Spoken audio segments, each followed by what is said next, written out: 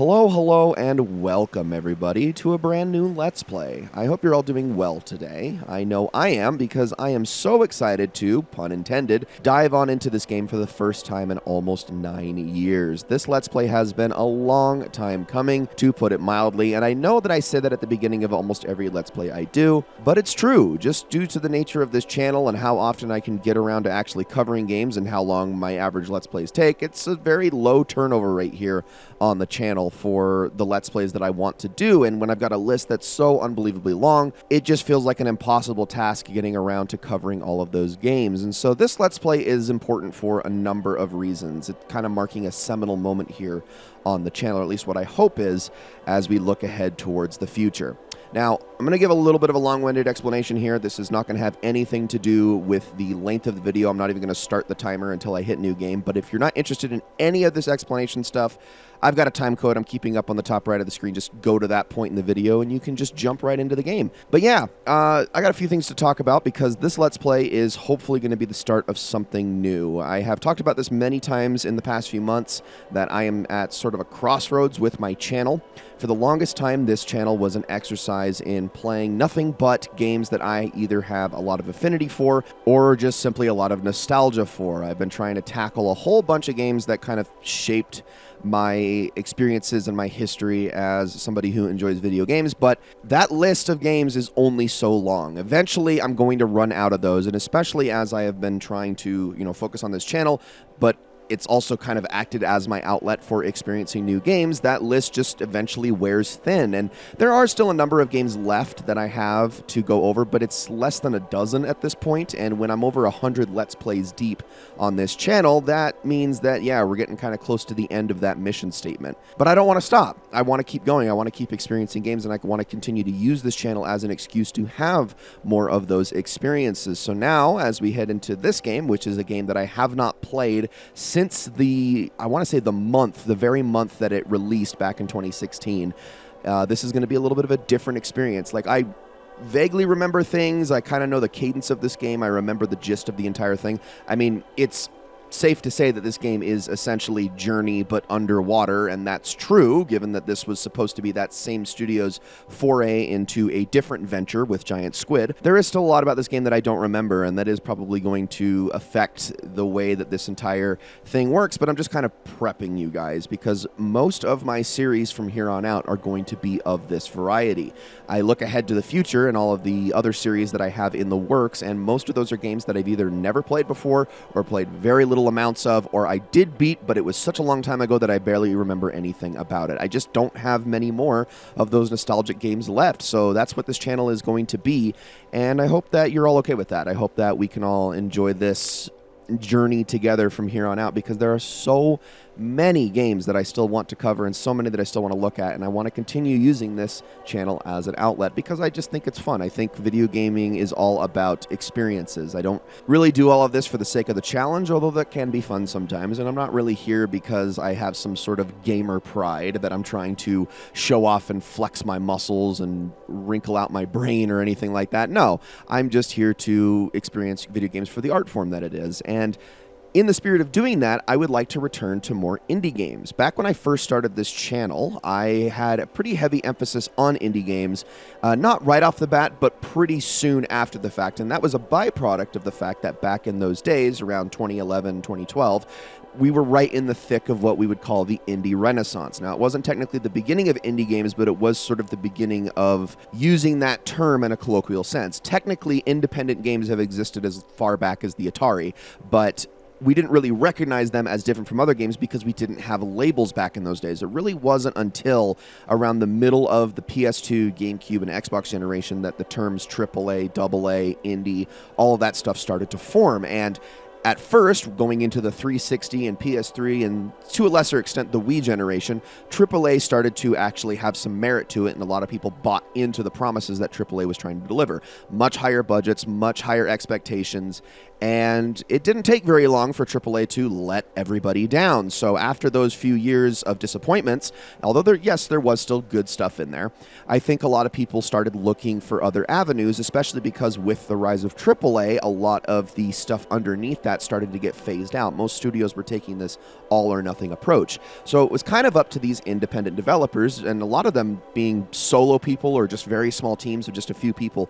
A lot of them were sort of taking the reins and just creating whatever they wanted to. They didn't really have any worries outside of what they could actually make with the budgets they have. They were limitless in their creative ability, and they weren't expected to chase market trends and all those things that publishers expected out of developers. So those games were offering very unique experiences. The Xbox Live Arcade ended up being one of the first ways that these games got a lot of spotlight, but eventually Steam and Sony as well also jumped on board within a couple of years, and indies were kind of the hot thing from, I want to say, 2009 to 2012. The only reason that didn't continue isn't because indie games got worse, but it was mostly because AAA games started to get their shit together going into the following generation, and everyone was sort of on even playing field again, at least for a little while. And of course, you probably know some of those indie games by name. I mean, we're talking Super Meat Boy, Limbo, Braid, Fez. Later on, we got things like The Binding of Isaac, and of course, Journey. Now, Journey is the one I want to focus on because that was one of the first major Let's Plays that I ever did on my channel. It was one of the ones I put the most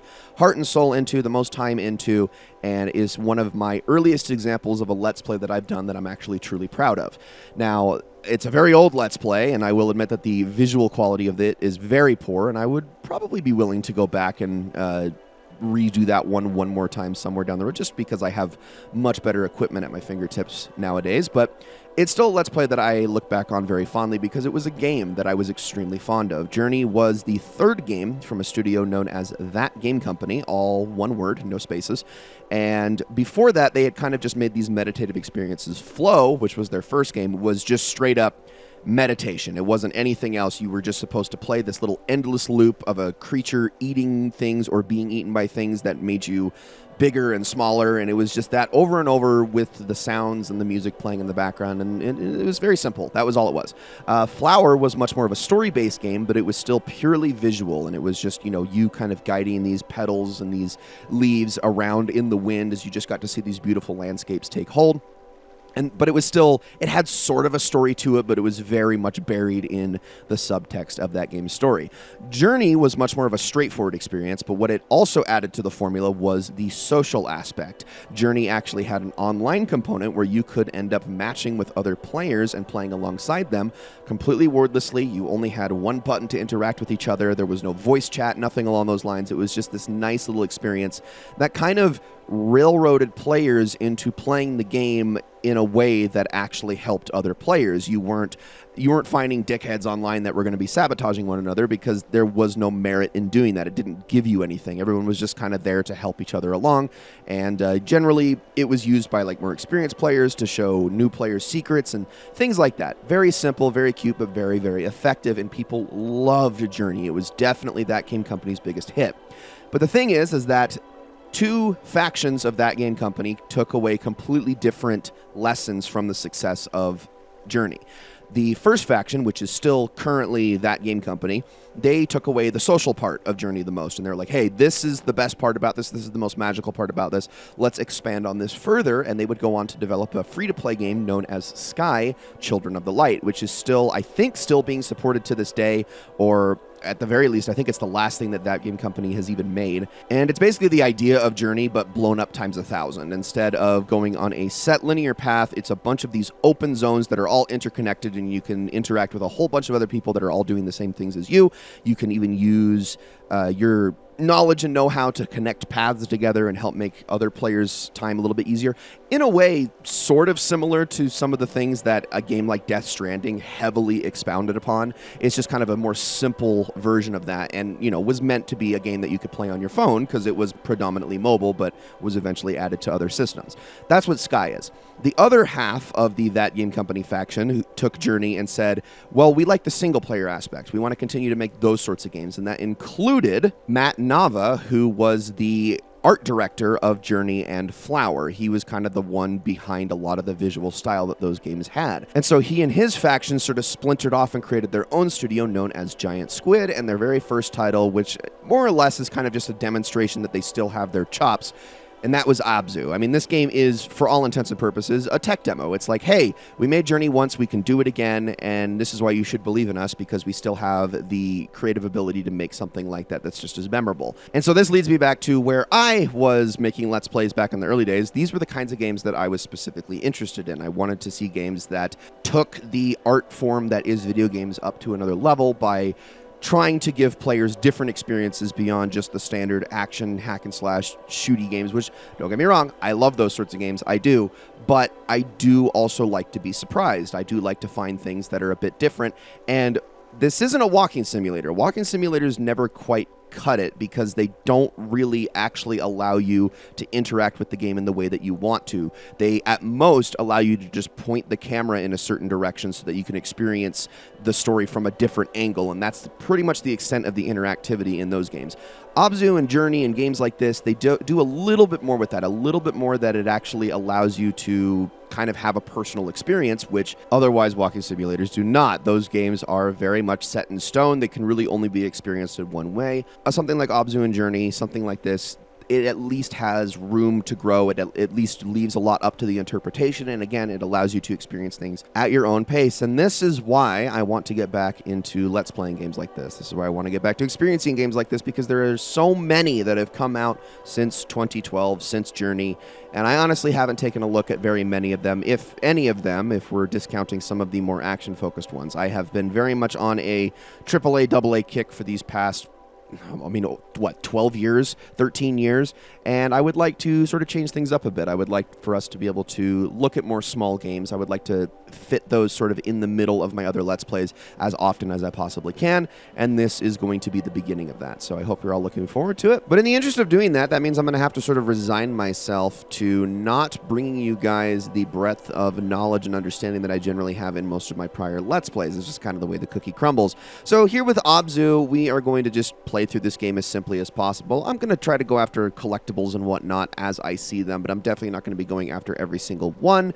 There's a reward for doing so, but we'll talk about that more in the actual proper intro for all of those who skipped over this part. And I know I already said it earlier, but again, before anybody else makes the criticism, yes, this game is just Journey underwater, and I think that that's fine. Honestly, if this was a genre that was repeated as often as possible, I would have a little bit more of a problem with it, but given that I can only pair this with one other game made by the exact same studio, I really don't think it's an issue. Now, without further ado, let's dive in.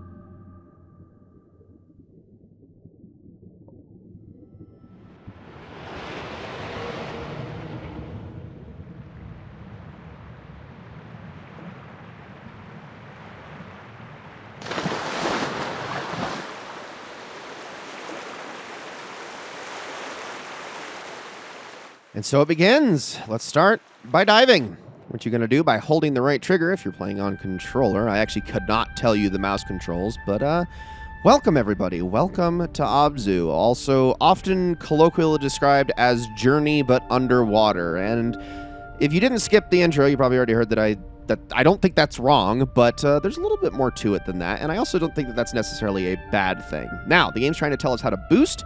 You press A to do a little boost, but if you press it again after that animation and then a third time, you can boost a whole lot faster, but there's a bit of a rhythm to it. You don't want to just spam the A button, because if you do that, this happens. You just start to kick your feet awkwardly and you don't actually end up going anywhere. No, you want to kind of wait for each animation to like at least reach the, not the end of it, but like near the conclusion of the animation, and then eventually you'll get that little boost. And you want the glow and to move a lot faster, but obviously you can only press it every so often. It's all about paying attention to the fins. If the fins go away without the glow, you know you messed up, and you just kind of got to get used to it. But it's not a very complicated game. It's very simple. We're just holding down the trigger and moving along and boosting our way through the water. There's eventually going to be a couple more prompts that are going to be added to this entire thing, but I don't really have much more else to say about the controls than that. As I said before, and you know, especially if you guys didn't skip the intro, I am not going to be going over absolutely everything in this game. This game has a lot of collectibles that you can go after, and if you do get all of the collectibles, you even can unlock a special diving suit, not unlike Journey, where getting on the collectibles got you a special cloak. This game is very similar in that regard. That's not my goal today. I'm not going to be going after every single collectible in the game. We are just going to be experiencing it for what it is and just sort of having a fun time. I'll still go after collectibles for sure to like show them off, but for the most part, I just want to kind of have a nice swim and have a good time. And speaking of collectibles, we actually have our very first one right here. So what we're going to want to do is swim our way down here, and it's going to tell us to press X. And these pools right here are going to unleash new species of sea creatures here into the water. And you're going to find these all throughout the game in pretty much any open zone where you can explore. Our next collectible, and these are much more required in most instances, are these little robot guys right here. They're little diving buddies. And we're going to want to wake this thing up, and it's going to help us a bit later on. We're actually going to need these to be able to clear the way into other areas. But there's a little bit more to it than that as well. In fact, there's, I believe, 2 other types of collectibles that we can go after. So we'll just keep going around. And if I want to grab onto any more of these big fishies and go for a ride, I can do that as well. I can't be boosting while I do it, though, or it's not going to work. But I can always hold on to one of these and let them just take me for a ride. You also get to see the name of the fish as you hold on, which I do like that. It gives this game a little bit more of a biological quality where you actually get to sort of know the creatures. I also feel like I'm upsetting this grouper, so I'm going to let it go because it was definitely trying to shake me off there. Although it looks like there's another pool over here where we can let more fishies and or possible turtles out. Oh, eels in this case. Okay, gotcha. Was it a trumpet eel, I think is what it was called? I'm not 100% sure. Not going to really be going over every single one of those as well, but we are going to take a look at everything and sort of take our time with this one because this is not a super long game. It's, in fact, generally an average of about 2 hours to get through it, sometimes even shorter, especially if you're booking through this game. So I think it's good for us to sort of just marinate in the experience a bit. And I also don't want to take away from the visuals or the music, especially as we go through here. Now, I will say, I don't think that this game's soundtrack is quite as good as Journey's. It's still very nice, but it's much more, I think, ambient than Journey's, which I think was much more about storytelling. Like that soundtrack tells a story.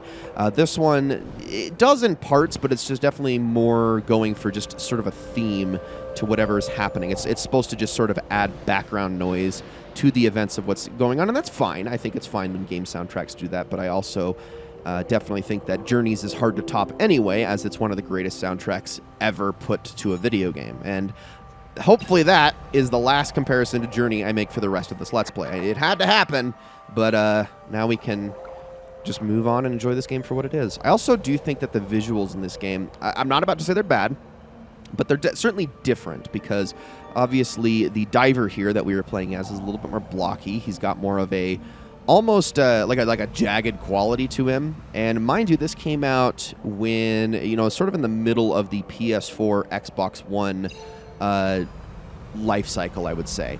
So you definitely still got that low budget quality to it, but that is not what I meant to actually do. Sorry, I want to actually view this thing and take a look. So if we press start there, we can actually start to look at all of the different wildlife that are here in this area, and you can kind of just move to each one. So you got the Hawksbill sea turtle over here, the black sea bass, What was this one over here? Leopard shark. I mean, look at all this. It's just kind of nice to be able to view this. And they sort of just make nice backgrounds as well. I really wish this game just had a collection of like animated wallpapers that you could download and just have in the background. Remember animated wallpapers? Remember that stuff? Oh my gosh, once upon a time, technology was so magical and we thought it was so cool, and now all we care about is... I'm sorry, I'm going to stop. I'm very much old man yells at cloud at the moment, but we're going to hop out of that. But yeah, this just reminds me of simpler times back in those days. But let's hop off this statue. And now we can actually proceed, and I can show you what these little robot buddies actually do. So let's head on over here.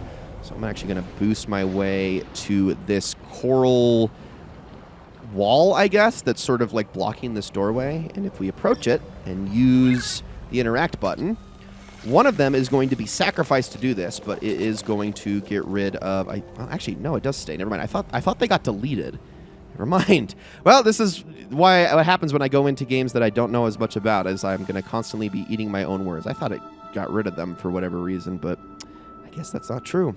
Also, there's a shark here, which I think is very funny because we've already met friendly sharks, but this one is apparently dangerous.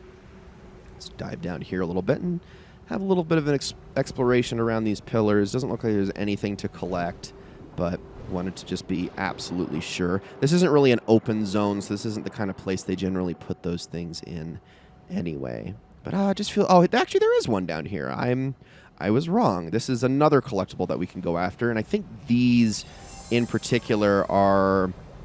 I want to say they're just necessary. They're just like an additional add-on. That actually might be the most important one for going for the special diving suit, but I could be wrong. Also, something you can do at almost any time is you can actually breach out of the water here, especially if you can actually do your boost right.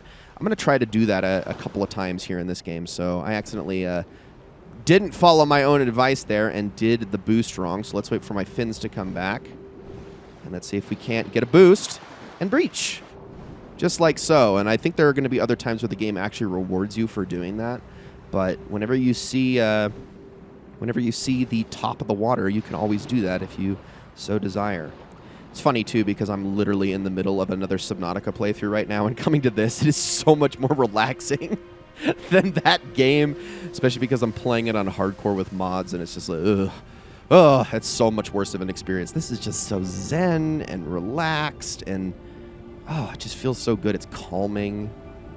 Play a game like this forever if I absolutely needed to. I love games that are just therapeutic. Now let's swim into the light. You might think that's a bad thing, but there's really nowhere else for us to go right now.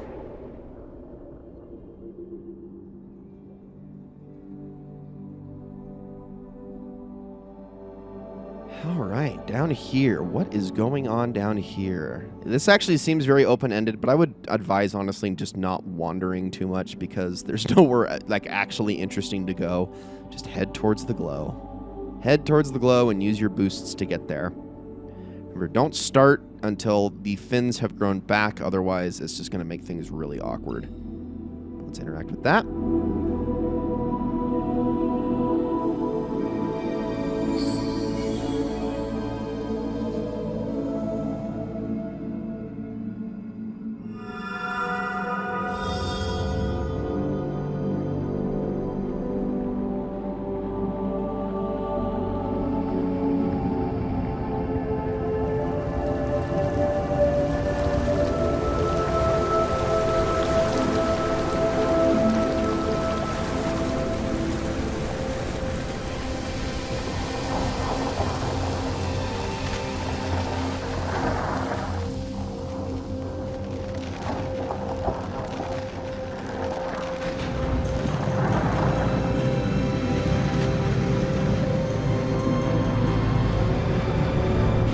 The whole water in the water look. I know that's always technically supposed to be brine, but I still think it's super cool. But yeah, we got manta rays swimming around now. It's beautiful in here. I don't think there are any collectibles to be gotten in here, but you can at least just enjoy the pretty space for what it is, which is, you know, always something nice, I think.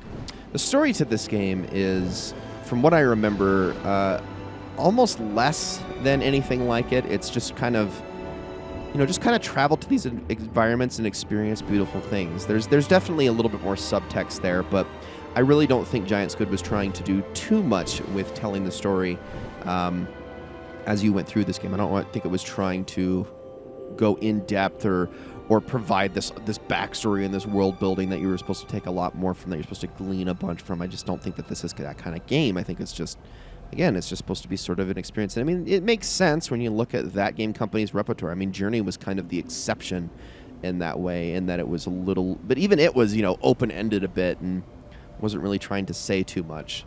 And I don't think this game is any exception. I also don't think the Pathless is any exception to that rule either.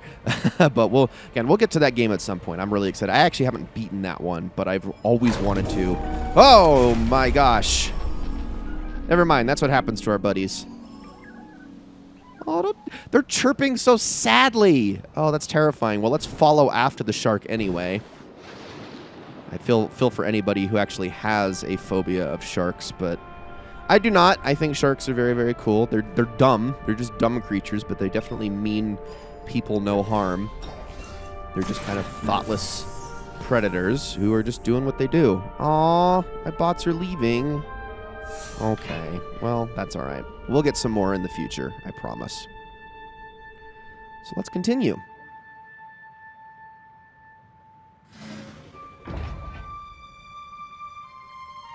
What do we have in here? Oh, a current. Okay. Well, what do you say we follow it? And I love that there's already a bunch of fish swept up in it. So, as you go through this current, what you're going to want to do is you're going to want to try to swim into these schools of what I only can assume are red snapper, given that they are the most identifiable and recognizable very red ocean fish, especially that are this size. But doing so will actually keep up your speed and momentum here. So let's try not to miss any.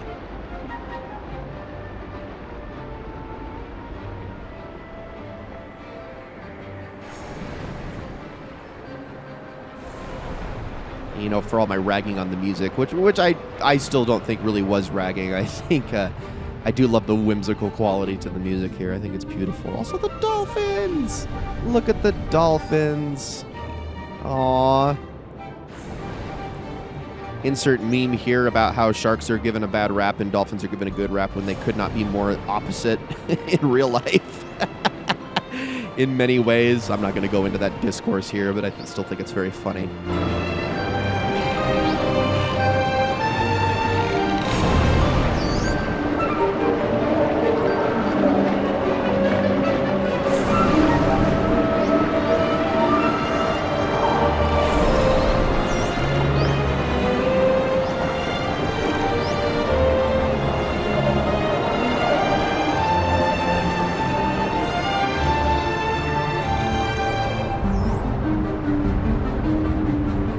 It's so busy and almost needlessly so, but it's just so nice to look at it. I also love how this shark is he's just kind of there, but really doesn't care about us all that much. Just kind of hanging out. I assume that that's supposed to be a great white. I'm almost positive. Anyway, if we can get this going right. Is that another school? No, I think we're done with the current. So if I want to, I could. Let me try to loop around and do that again. Oh, hello there. Let's grab on for a minute. What kind are you? You're just a common dolphin? That'd suck to be the one type of dolphin species that gets named a common dolphin. Like, it's like, oh, yeah, well, you're a bottlenose dolphin I know is one. What is it? A river dolphin, which I don't think is actually a dolphin at all. But just like, no, you're the common one, so you're getting called a common dolphin. Wouldn't that be funny if common dolphins aren't even the most common dolphin species in the world? I would not be surprised if that's the case. Anyway, before we go through here, we are going to need to track down another bot, which looks like we got one right here. Because once again, there is a coral reef wall that is getting in our way that we're going to want to be able to head on through. And oh, look at they're like the little snake guys that like appear like grass. I don't know. They're very strange. I just know that they're in Animal Crossing. Don't know much more else about them. Okay, let's free some more fish out of these pools. Puffer fish, huh? Oh, look at them go. They're so cute. Just don't want to scare any of them, have them puff up on me. Although it would be kind of cute if they actually programmed that in and allowed them to do that. Now, I think you can actually swim around on the outskirts a bit, but I don't know if I really want to do that because I don't think there's anything interesting out there. Ooh, here we go. More sharks. Gray reef shark. Got it, got it. And then I do believe this statue is our meditative statue, so why don't we take a look? Let's see what we got out here. The angelfish. What is this over here? Oh, I didn't know which one it was focusing on there for a second. Actually, I still don't know which one it is. I think the parrotfish is the pink, blue, green one. Yes, it is. Okay, it's because they were all grouped up together. That makes sense. The emperor angelfish, the reef triggerfish. Are triggerfish the one that like spit on things to like knock them out of the sky? Ooh, that's a pretty one. The azure damselfish. I like that one a lot. Keep running into the emperor angelfish over and over again. I think I could just like move back. Here we go. Powder blue tang. That just sounds tasty. I mean, is powder blue tang not just what Gatorade is? I don't know. Let's head on over here. I always forget to hold the right trigger after I do that. I think we are done here. So I could go down, and that's the way we came from, is it not? Yes, it is. Okay, I could go down and I could end this, but I think that's going to be it for this episode, guys. So thank you all so very much for watching this episode of Let's Play Abzu. I hope you all enjoyed it very, very much. Next episode, we will just continue our little sea adventure, and we will see what's in store for us next. But we're going to start to run into some more interesting things, because right now I'm not saying that this hasn't been interesting. I mean, what am I trying to say here? I'm thinking we're going to run into maybe some more like supernatural things or possibly something that's going to make us second guess what we're actually doing here, because we all know how the cadence of these games works, right? I guess that's more what I meant. We obviously got technology worked in here somewhere, so is it going to start to manifest itself? Well, I don't know. Find out in the next one. See you all then.